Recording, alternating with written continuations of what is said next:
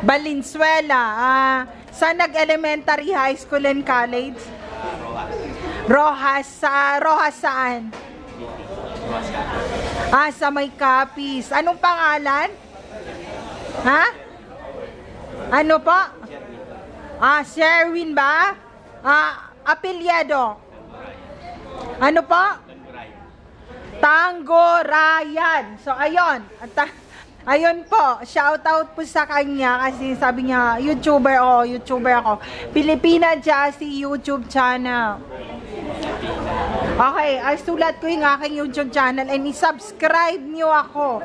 9,000 subscribers. So, kumakain ako ngayon. Sabi ni Kuya, vlogger po kayo. So, ayun, vlogger po ako. 3, 7. So, ayan, mga small-timer YouTuber, but I want to be a big YouTuber. And I get the play button, 1 million subscriber. So, ayun. So, iikutin ko ang Luzon, Visayas, Mindanao, and International for the 1 million play button. Ayoko ng silver. Gusto ko ng gold-plated button dito sa YouTube channel ko. So, ayan. Say hi sa mga kamag-anakan mo. Sa Capiz, ayan.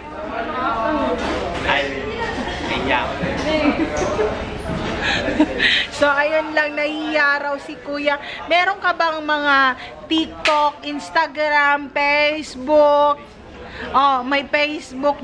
Single? Single si Kuya. Ang anong edad?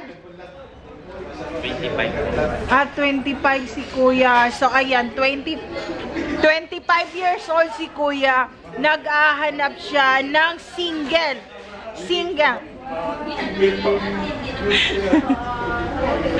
So, ayan, i-upload ko to. Maraming single dito sa To Go na barko. Ito po ay papunta ng Manila to Cagayan de Oro. So, ayan po. So, hi po sa kanilang dalawa. Ayan po, hi.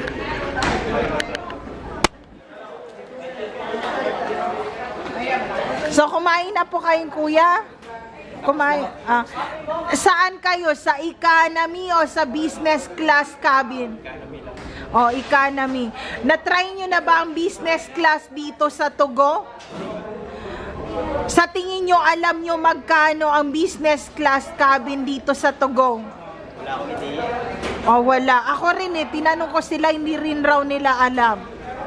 So, marami kasi nagtatanong sa YouTube channel ko na, Pilipina Jassy, magkano ang pamasahe sa To Go na barko? And hindi nila alam na maganda raw yung loob ng To Go na barko. So, ito lang, kung alam nyo ang Sulpicio Lines na cargo na galing ng Cotabato City, Mindanao, ganito rin ang loob nun. Mukha lang siyang cargo na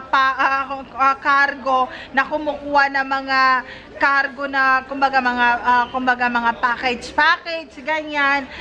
Maganda ang loob nun. Pareho rin dito, may diskuhan, may bar, may ganon, and mura pa yun.